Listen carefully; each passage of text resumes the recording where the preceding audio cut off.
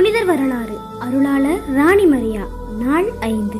நம்பிக்கை சுடராக ராணி மரியா. ராணி மரியா சென்ற இடங்களில் எல்லாம் உயிரோட்டம் வெளிப்பட்டது. ராணி மரியா செய்யக்கூடிய பல நல்ல சமூக திட்டங்கள் எல்லாம் பலருக்கும் பிடிக்கவே இல்லை. நீ இங்கு பணி செய்யக்கூடாது, இங்கிருந்து போயிருன்னு சொல்லி மிரட்டல் எல்லாம் விட்டாங்க. ஆனா அருட்சகோதரி ராணி மரியா சொன்னாங்க, இவங்க என்னுடைய மக்கள், நான் போயிட்டேன்னா இவங்களுக்காக யார் குரல் கொடுப்பா, இவங்க சார்பா யார் நிற்பா என்று கேட்டாங்க. ஒரு நாள் இரவு ராணி மரியா தூங்கி கொண்டு இருக்கும்போது அவங்க அறை வாசல்ல யாரோ கல்லெறிந்து விட்டு கடிதத்தையும் போட்டுட்டு போயிட்டாங்க. இதை பார்த்த ராணி மரியாவுக்கு தூக்கமே வரல. உடனே ராணி மரியா இறைவேண்டல் செய்தாங்க. கடவுளே, நான் பயப்படுறேன் தான், ஆனாலும் இவங்க எல்லாரையுமே விட்டுட்டு போகிறதுக்கு எனக்கு மனசே இல்லைன்னு சொல்லி கடவுளை நோக்கி முறையிட்டாங்க. அடுத்த நாள் ராணி மரியா அந்த கிராமத்துக்குள்ள போறாங்க.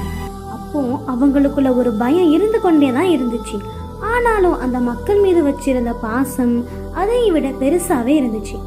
ராணி மரியா அந்த கிராமத்துல உள்ள பெண்களுக்குன்னு சொல்லி சுய உதவி குழுக்கள், தையல் பயிற்சி, கைவினை பயிற்சி, குழந்தைகளுக்கான கல்வி மையம், அதிக வட்டிக்கு கடன் வாங்கி எல்லாவற்றையும் இழந்த மக்களுக்கு விடுதலை, குடும்பங்களுக்கு சிறு தொழில் உதவின்னு சொல்லி பல நலத்திட்டங்கள் எல்லாம் செயல்படுத்தி மக்களை வழிநடத்தி வந்தாங்க.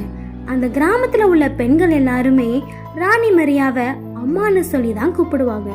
ஒரு நாள் ஒரு பெண்மணி கண்ணீர் மல்க வந்து சொன்னாங்க, அம்மா, நீ எங்களை தஞ்சமில்லாத பறவைகளாக நினைத்தது, எங்களுக்காக பாடுபட்டதால இப்போது நாங்களும் உயர்ந்து நிற்கிறோம்னு சொன்னாங்களாம்.